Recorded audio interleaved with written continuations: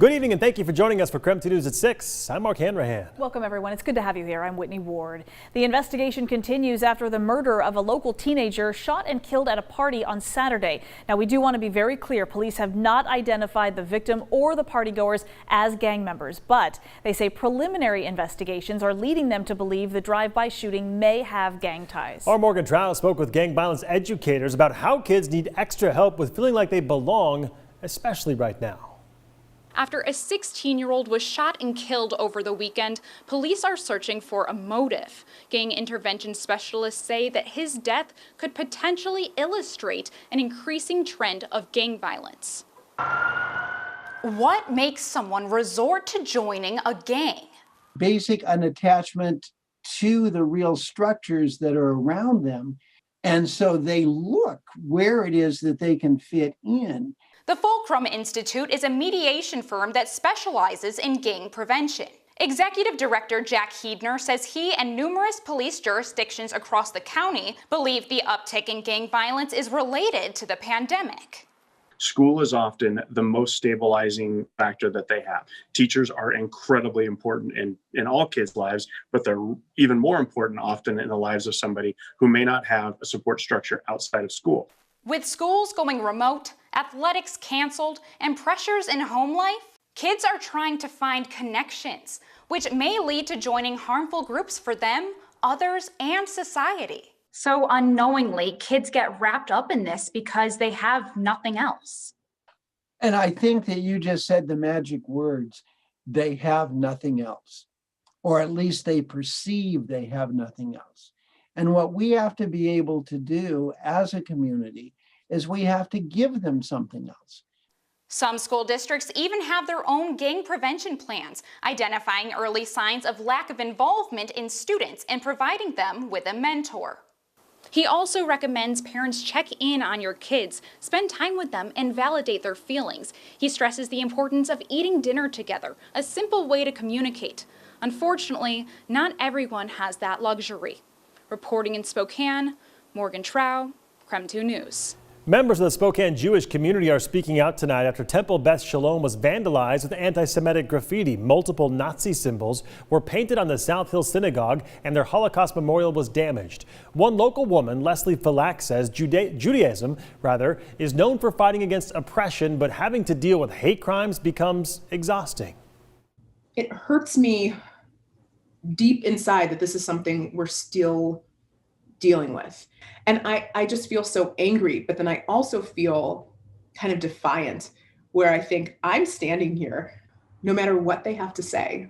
We're here. The Jews are not going anywhere. She says anti-Semitism is not new, nor will it end anytime soon, but holding the individual accountable for this will give her peace.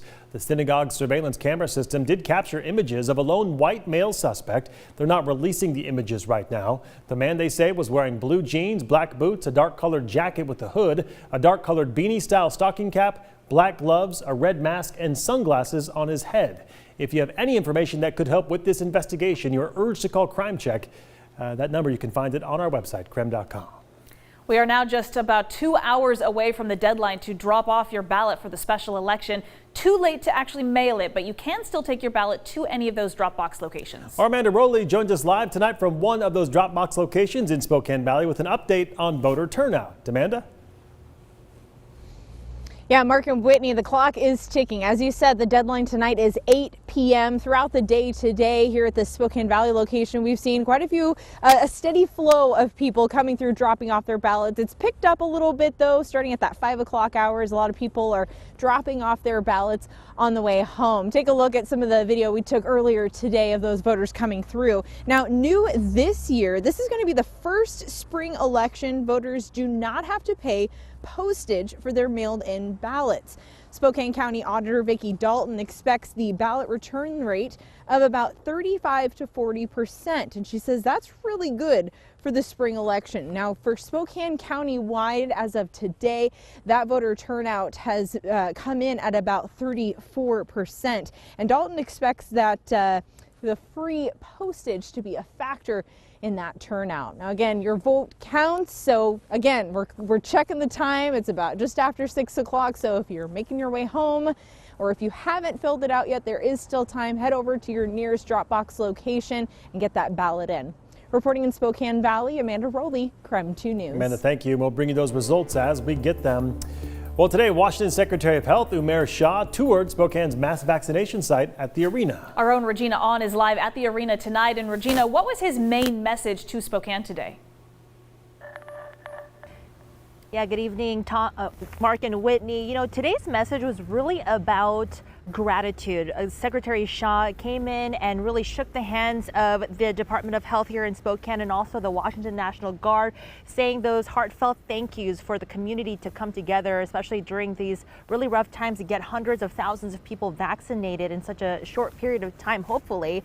But also that we're not out of the woods just yet. To put into context for you, last week the state requested about 358,000 doses of the vaccine, and we only received about 100 or so thousand, according to Shah.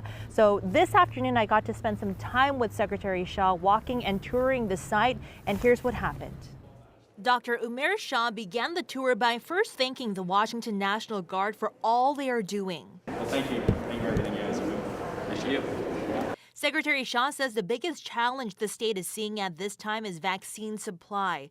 New this week, the federal government is providing supply information 3 weeks in advance. Before, it was only 2 days. Right now, it's a zero-sum game because there's not enough supply to go around. So when you have supplies that you give into certain sectors or certain community providers, invariably you have less that are going to be going elsewhere. So again, while the administration at the federal level has given us this 2-3 weeks of information, we still haven't seen a significant increase in the numbers of vaccines coming in. That's going to be the main driver of how we're going to be able to get vaccines out to more providers. Shah also discussed something new the state's now incorporating to hopefully streamline making appointments. The VAC Center is really about public-private partnership, and so we've brought in private sector know-how and harnessing the power of private sector to help us with many of our operations that are going to really allow us to increase both our communication but also our throughput in many of these mass vaccination or other kinds of efforts throughout the communities in Washington. And also we asked, when will the general public be vaccinated? We're hopeful that we can, by spring, early summer, be able to have vaccines for a larger population or all of our population. For rural regions, Shah says he's hopeful of different vaccination options will make a difference, like the single-dose Johnson & Johnson shot.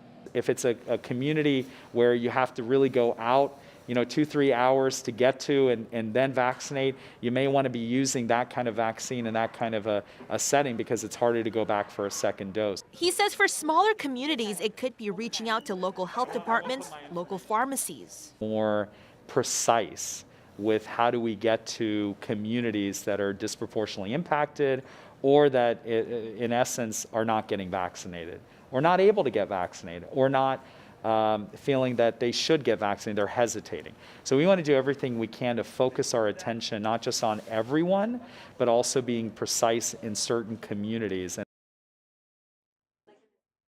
So up next for Secretary Shah is to visit the Tri-Cities mass vaccination site there, and his goal is really to go to these smaller communities and check out how they're doing at these sites and really commend everyone that is involved. But for now, in the meantime, I just got off the phone with the Department of Health here in Spokane, and they say unfortunately the appointments are all filled for this week. But again, you can try next Tuesday at around 5 in the evening as well. For now, live here in Spokane, Regina On, KREM 2 News. Regina, thank you very much. Well, it is time to bundle up. The coldest temperatures of the season are heading our way. And Tom, what kind of temperatures are we talking here? Well, we're talking 15s for the overnight lows tonight, but by the time we get into Thursday morning, down into the single digits. We're also looking at wind gusts Thursday and Friday, maybe around 30 miles per hour. That will give us wind chill temperatures in the sub-zero range. We take a look now at the current temperature. It's 23 degrees. Not much in the wind department. The winds are measuring calm out at the airport, as you can see. And Doppler radar is also